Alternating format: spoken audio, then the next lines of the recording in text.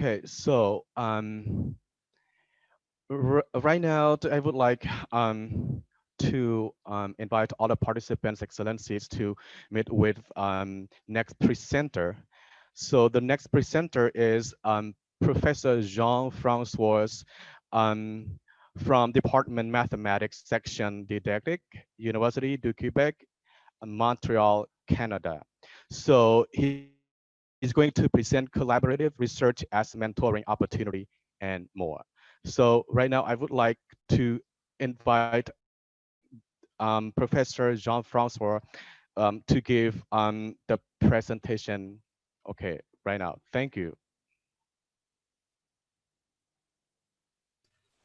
Yes, hi again, everybody. Just give me 1 second. I want to set this up properly. Here we go. So I had a sense that we were going to be a little bit short on time. So I made a video instead of doing a live presentation, knowing that if I speak, I'm going to take too much time. So for this one, what I suggest is that I'm going to play the video. If we have a little bit of time before moving to the next session, then we can have a live discussion. Otherwise, I strongly suggest that maybe you write comments or questions in the chat box, and I can answer there after the presentation, or just continue the conversation on the forum. So thank you very much for your attention. I'm going to play the video now. I hope it's going to be loud enough for you all to hear properly. Hi, everybody. Thank you very much for being here today. I'm very happy to have this opportunity to talk to you about collaborative research as mentoring opportunities and more. First, maybe a few words about myself. My name is Jean-Francois Maheux. I'm a professor in the mathematics department of the University of Quebec in Montreal, that's in Canada. My specialty is mathematics education. I am also in charge of our master program, and I teach courses at the graduate level and at the undergraduate level as well. My research mostly focused on two directions. On the one hand, I'm interested in the epistemology of mathematical activity and how this can affect teaching and learning mathematics. On the other hand, I am also doing research on mathematics teachers training and professional development, and this is a little bit more where I'm talking to you from today in this presentation. In this talk, I will draw on some research projects that I've been involved in to tell you about collaborative research and the mentoring opportunities that I think it can offer. One project was designed to better understand the professional development of teachers and participatory researchers. Yes. More specifically, we wanted to compare the professional development opportunities offered by collaborative research and action research. The other project aimed at understanding the work of didactical advisors in mathematics. They are those people who work for school boards to support teachers' professional development. And here in that second project, we wanted to appreciate how these didactical advisors, how do they manage to deal with existing teachers' practices with official constraints on teachers, such as state curriculum and so on, but also with the innovations that comes from researchers or from exceptional teachers, for example.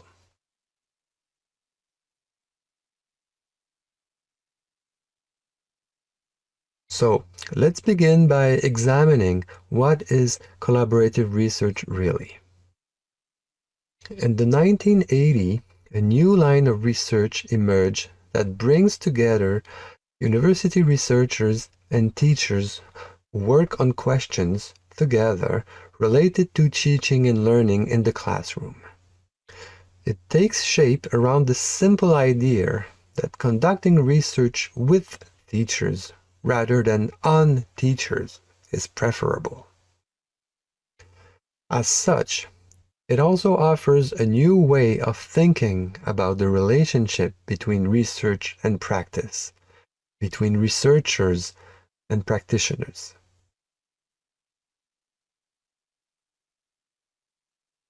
In this view, practitioners are not simple consumers of research findings. Knowing that the problems they face are uniquely situated in a given context, with unique constraints, it appears necessary to find situated solutions for those problems. And how to do this without the teachers themselves. Collaboration research is founded on the notion that practitioners are actually essential to the process of producing practice-related knowledge. So the goal of collaborative research is to bring together researchers and practitioners, like teachers, and have them work together on something, on some questions, on problems that are relevant to both of them.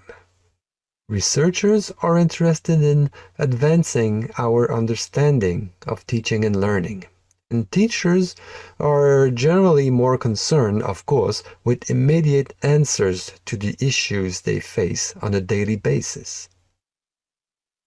Collaborative research aims at both developing new scientific knowledge and creating means to address the practitioner's immediate concerns.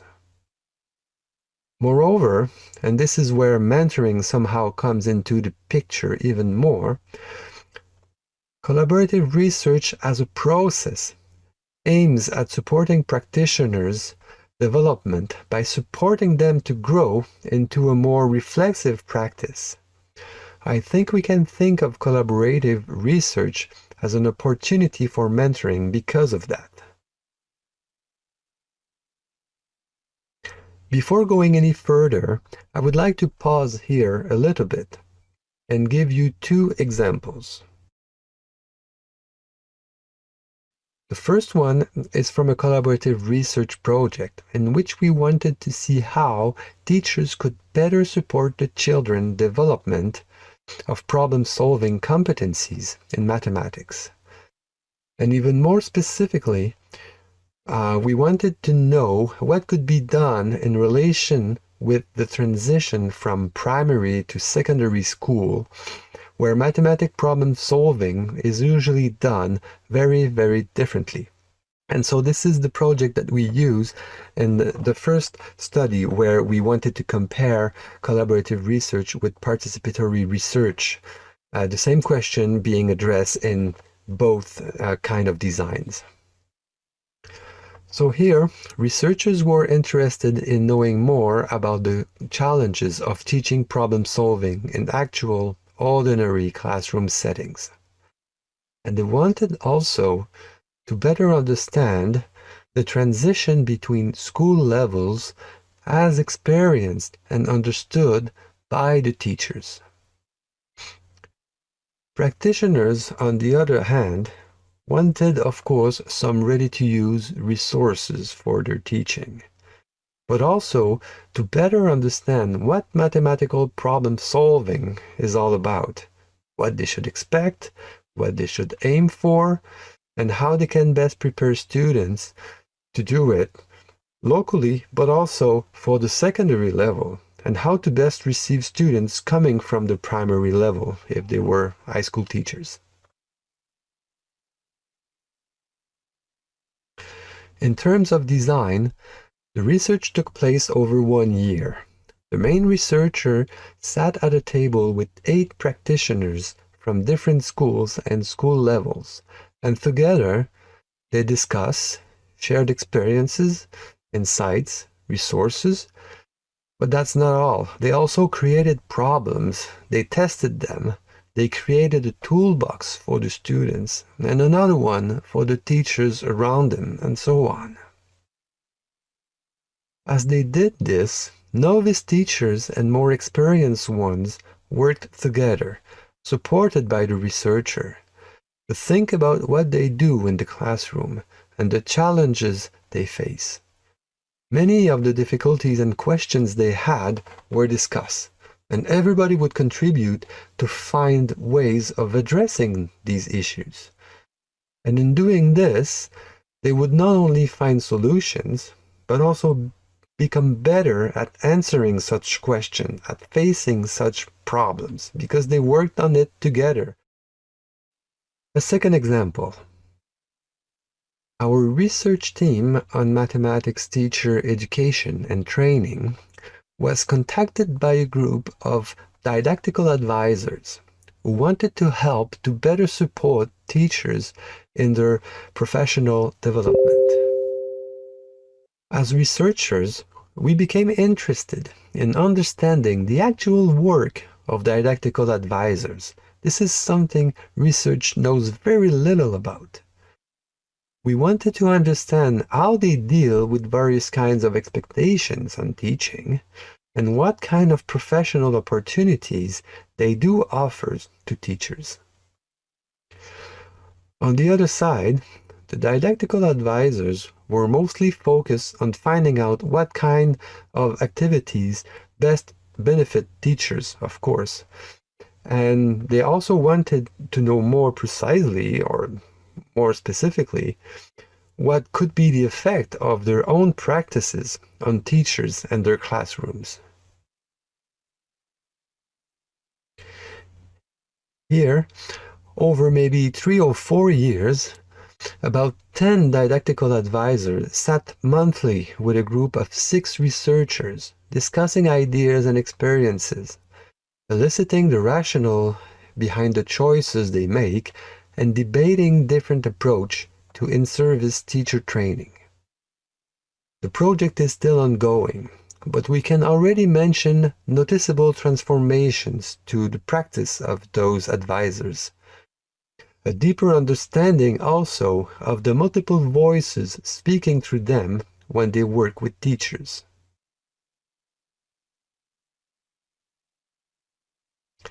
Going back to collaborative research more generally, here are 5 key notions I would like to share with you before moving forward to the next part of my presentation. One is the separation between researchers and teachers, between researching and teaching.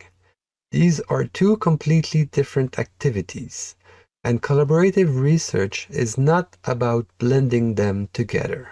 On the contrary, we consider this separation to be necessary and even actually useful for what it creates.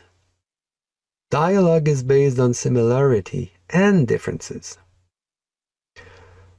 Another fundamental aspect is respect and curiosity towards the other that is absolutely necessary for collaborative research to take place. Researchers and practitioners need to be genuinely interested in what the other has to say. They need to want to learn from one another if they want to learn together, and create something and find answers and so on. With this, naturally comes the importance of negotiating what the collaborative research is actually going to be about exactly. Researchers and practitioners both need to be open to adapt, adjust, and sometimes perhaps even change what they initially wanted to address. Express their concerns and needs is necessary, but they have to be flexible in that and take time to come to some sort of an agreement. From there, collaborative research hinges on the notion that all parties will continuously and over time contribute to the investigation in one way or another. This can take many forms. Researchers often offer resources and interpretations based on scientific literature. Practitioners also share interpretation and experiences, but also they often open the door of their own classroom to experiment and This can be done with or without researchers being present. The time dimension, of course, is crucial here. Collaborative research cannot take place in a one-off meeting. We're talking about long-term relationship in some ways. Finally, collaborative research is also based on the idea that researchers and practitioners should be both involved in the communication of the outcomes of the project. Here again, this can take various forms. It could be that teachers will give feedback on the researcher's analysis, or it could be that the researchers will support teachers in writing for a professional journal or to organize a workshop. It can also simply be that they will work together on preparing and disseminating resources that were created for other teachers, for example. In all this, you can appreciate how we move away from a technicist perspective in which researchers would simply give teachers solutions that they are expected to implement in order to improve students' learning. And this is also how and where we can see that collaborative research is connected with mentoring, with providing professional development opportunities to practitioners like teachers, didactical advisors, and so on. Let's move quickly to the last part of this talk. What did I wanted to say exactly about mentoring here, and how collaborative research benefits school-based practitioners? What I would like to stress attention to in this talk is how collaborative research contributes to the development of participants as reflective practitioners. And I'm going to put here a reference to the work of Donald Shawn.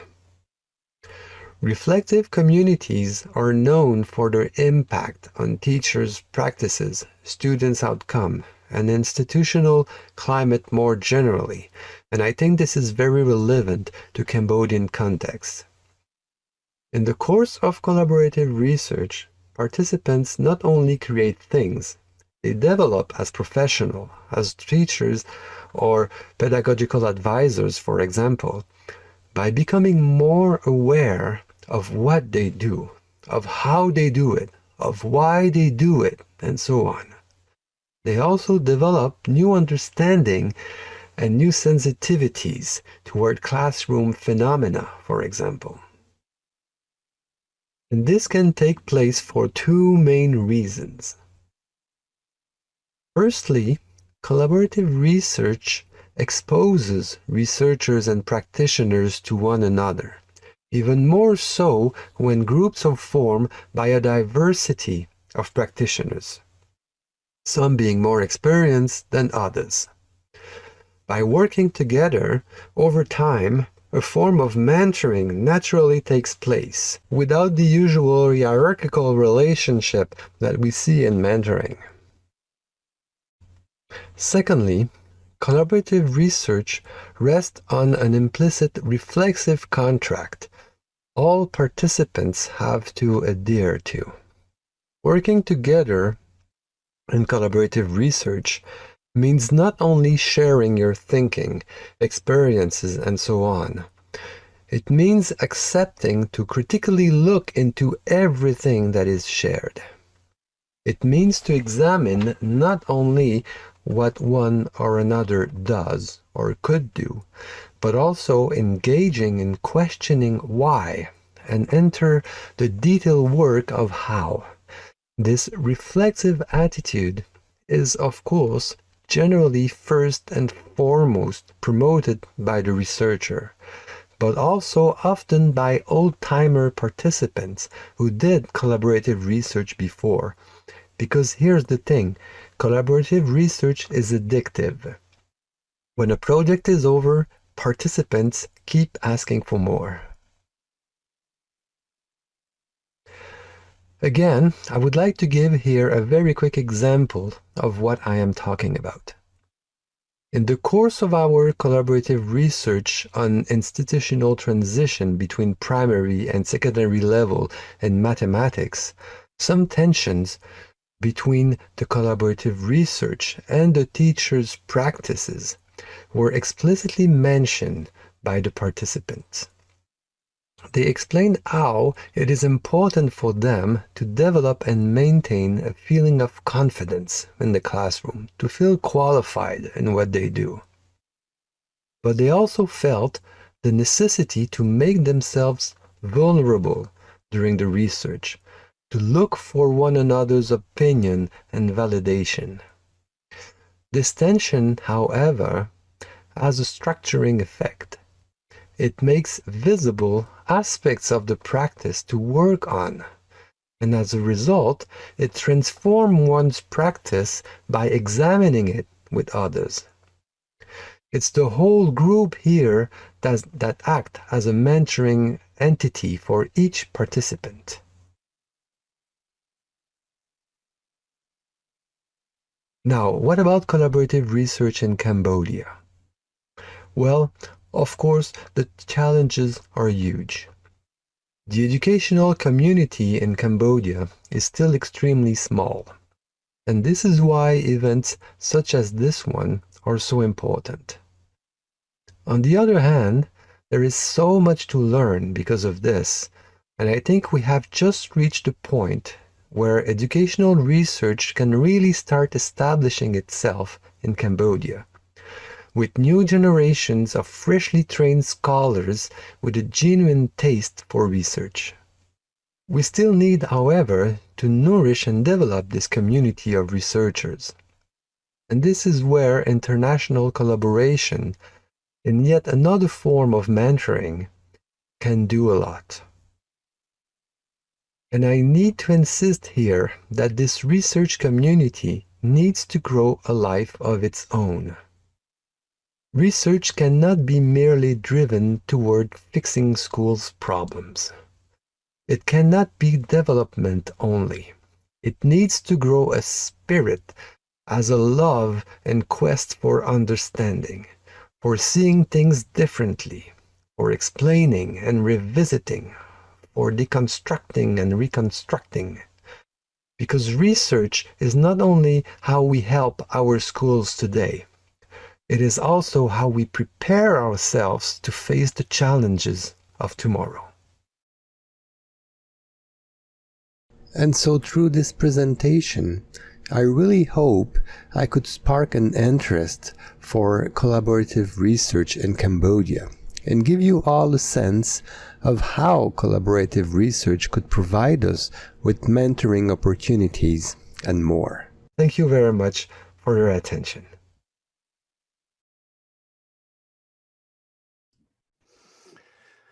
Okay, thank so thank you. Okay, please.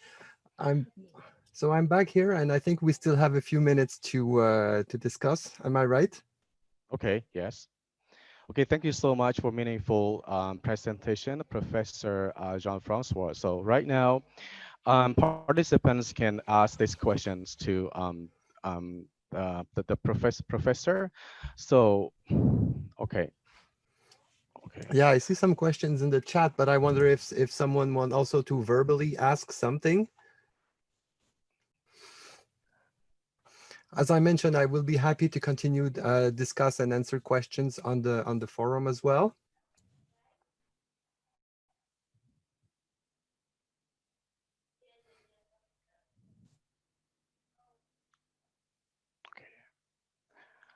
Yes, okay.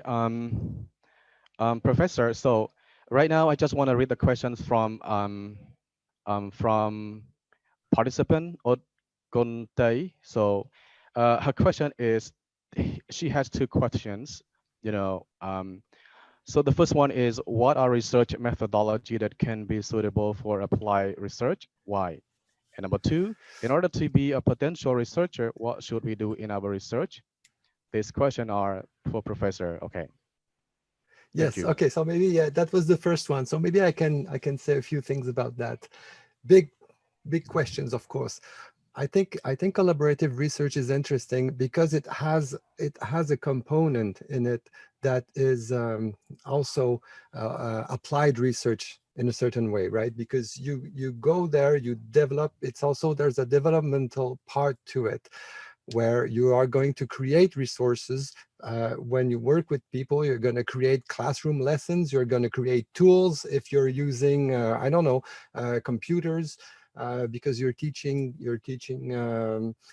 mathematics, and you want to create spreadsheets or GeoGebra applications and stuff like that. So there's this part where you create something. And what is interesting in collaborative research is that you're going not to do that alone as a researcher, or alone as a teacher. You're going to do that together by discussing, showing one another, sharing ideas, and things like that, while respecting the differences, right? Because from a teacher, you speak from your experience, your own students, where you're coming from, you know, your situation.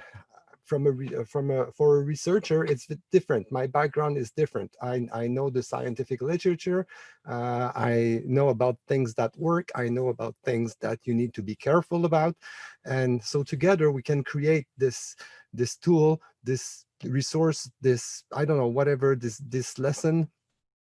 and and so in this way, there's this part where you develop a tool.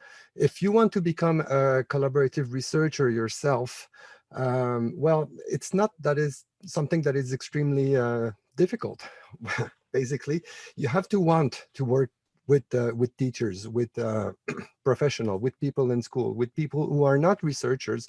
You have to believe that they can also contribute to the development of whatever you're going to create. You have to believe that they have a knowledge, an insider knowledge that is important and relevant. And if this is part of you and of something that you're interested in, then you just do your work as a researcher, but you open your door. You go visit teachers, you ask them what are their problems, what would they like to work on, where do you feel that you are relevant, where do they feel that you could be relevant to look with them at some issues. And then you organize a couple meetings, and together you sit down around the table and you say, okay, so what do we do? What are we going to work on today? And there you go, and you do that for a month, for a year, until you have enough, basically. And there's always this part where you go home at the end of the day and you do your work as a researcher, because maybe you're going to record those sessions. Maybe you're interested in understanding what the teacher is facing. You have your own research questions, and the teacher has his own also practical questions. This can be just a one-on-one. You don't have to have 12 people. In the examples that I shared, there were many researchers, there were many participants, but you can also do this one by one. And yeah, so just you, it's not more complicated than that. But you also have to find a teacher who is going to be, interested in playing this game, if I may say. And this is probably also one of the challenges for collaborative research in Cambodia. I think probably teachers are not used to have a voice when they're sitting with I don't know, a university researcher. So this might be one challenge, but if you start doing it slowly, the word would spread, and I'm sure that it's very doable. Okay, thank you so much, Professor Jean-Francois, for your meaningful explanation to Ms. Gosagunte. So I hope that Mr. Gunte can get the explanation and some experience for your research. So, okay, thank you so much for your presentation at this time. So I'm so sorry, the participants, that all your answer cannot be answered right now because of the time limitation. So you can continue and drop your questions in the chat box or privately to Professor Jean-Francois, and yeah, he can answer your question privately. So thank you so much, Professor. Thanks Okay, to you. so I will also participants. open on the website. I will open in the forum a discussion about my talk. So if you want to continue discussing, let's go on the website, on the forum. I will be there to answer questions. Thank you so much. Okay, thank you so much.